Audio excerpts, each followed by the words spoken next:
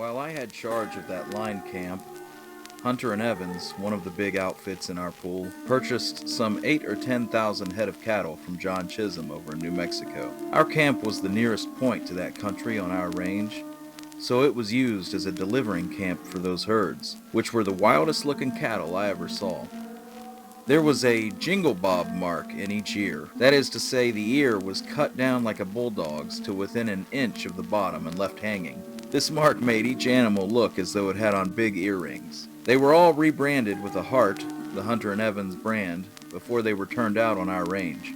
Pat Garrett, who eventually killed Billy the Kid, had charge of some of these herds. The first 3 delivered, I think. And I remember well the first time I ever saw him. He was dressed in the finest suit of buckskin I ever saw, beaded and fringed and fitting him perfectly. He wore 2 pearl-handled 6-shooters with which he could almost play a tune.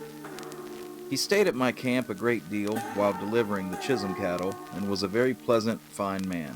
The Lincoln County War between rival cattle interests located in south-central New Mexico took place in the late 70s and early 80s. And while the cattlemen of the Comanche Pool and the Cherokee Strip Livestock Association were in no way concerned with the outcome, the stories of that struggle and the deeds of its chief actors that came drifting in from time to time never failed to arouse keen interest when related in the line camps or on the roundups in Indian Territory. Naturally, no figure in the bitter feud created more popular interest than that of Billy the Kid, who was rated the most ruthless killer ever known on the American frontier. I first saw him in Dodge City, where he was pointed out to me, but I did not meet him in person.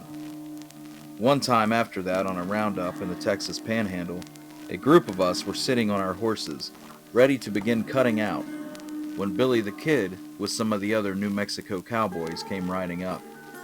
One of our boys asked me, "Did you ever see that fellow there? That's Billy the Kid." He rode over to where we were and, without any formality, asked for tobacco and cigarette paper. As I looked at him, it seemed to me he looked more like a girl than a boy. He was very delicate and a quiet sort of fellow, of slight build, and couldn't have weighed over 135 pounds.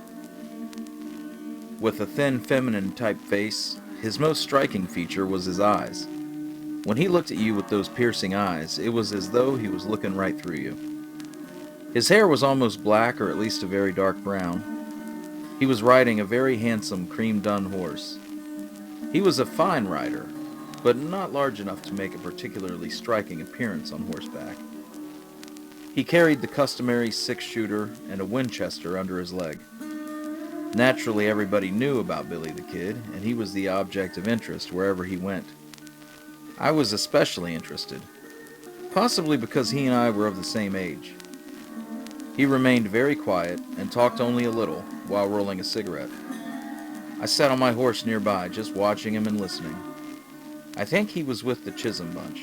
At least he was with some New Mexico cow outfit, and stayed there only while we were giving the horses a few minutes to blow and let the herd get settled.